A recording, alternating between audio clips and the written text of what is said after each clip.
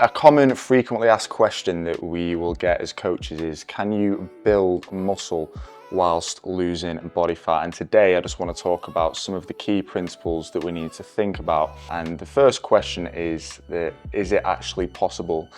And the short answer is yes, but you have to have a lot of different variables on point for it to be effective. So first and foremost, understanding what body composition actually is, in terms of muscle mass and, fat mass. So muscle mass is a lot more denser and is made up of actin and myosin, myofibrils, and fat mass, covers a larger area but is typically lighter than muscle mass. Of course, if you've got higher fat mass, that's an increased risk of diabetes, cardiovascular issues, heart disease, which numerous studies have proven and shown. And having a higher level of muscle mass means that you are more metabolically active, so you're able to burn calories at rest at a lot of more of a frequent or higher rate. And the second sort of thing to be thinking about is the nutritional strategy and principles that you need to encompass when looking to build muscle and lose body fat. And the first thing is calorie balance. In order to lose body fat, obviously we need to be in a calorie deficit. Now the range of deficit is going to vary dependent on how much muscle mass it is you're looking to gain. So if you want nutrient efficiency, you want to get more out of the food, you want to have better energy, better strength, better performance, then it's important to make sure your deficit isn't too steep. You don't come too far into the depths of a deficit too quickly. So a deficit of around 200 to 300 calories would be suitable in order to make sure that you're able to get leaner, you're able to see the results in your measurements and your body weight, but you're still able to progressively overload and get stronger in the gym at the same time, which is obviously going to result in better hypertrophy, better strength, and ultimately better muscle mass onto your frame. Next thing, of course, is your protein intake. So what is actually making up your calories, your macronutrient split. Now typically it ranges between 1.6 to 2.2 grams per kilo of body weight, which is optimal for someone as part of the everyday public. For an elite athlete, that might end up on the higher end of the region. And you can also work it out from your lean body mass, so between 2 and 2.5 grams per kilo of lean body mass should be sufficient enough for you to get enough protein, so you're getting adequate recovery, which is obviously going to result in better breakdown and repair of your muscle fibers, so they're able to grow and actually build and develop when you're in a deficit. And in terms of the other macros, you're thinking around your fat intake and your carbohydrate intake. So fats will range between 20 and 35% typically.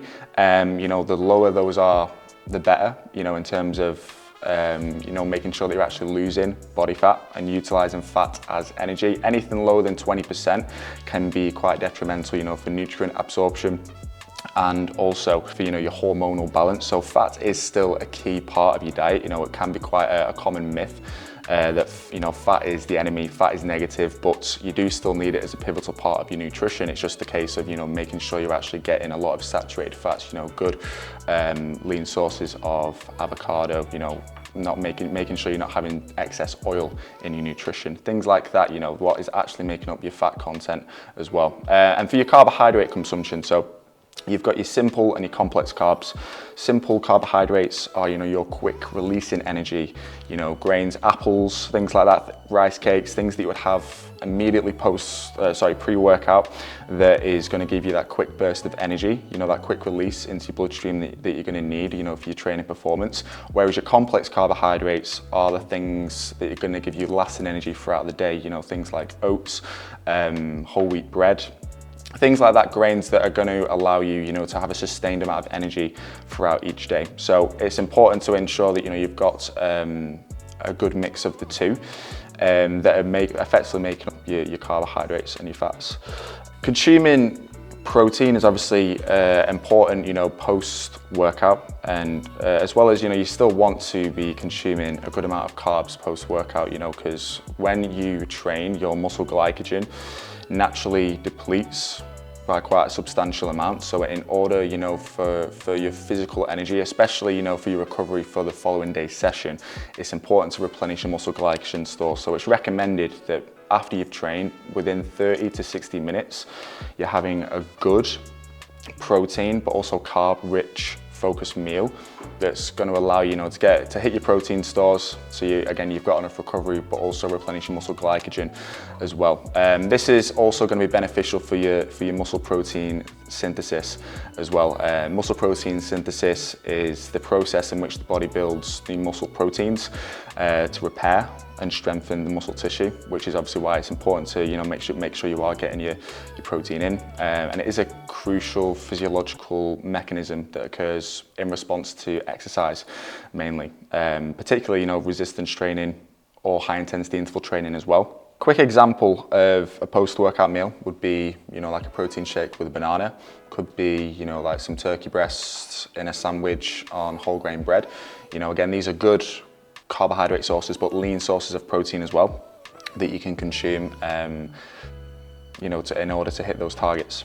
Next is the workout routines, and how effective they are in terms of, building muscle whilst losing body fat.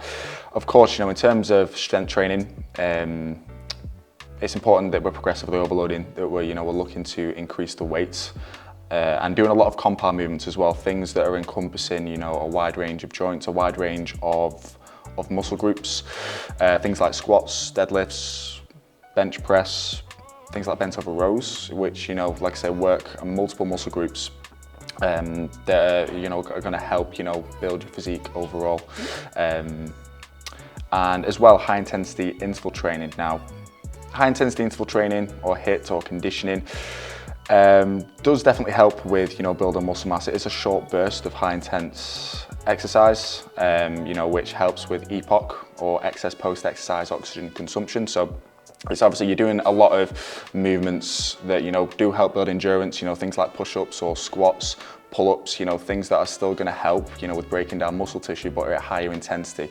And when we stimulate EPOC or excess post-exercise oxygen consumption, that basically means that once you have finished that session, you're going to need a higher oxygen uptake, which will then result in you burning more calories at rest, which is going to help keep you in a deficit. But again, because you've broken down those muscle fibers and you're hitting your nutrient timing and your nutrient efficiency for you to build lean muscle tissue.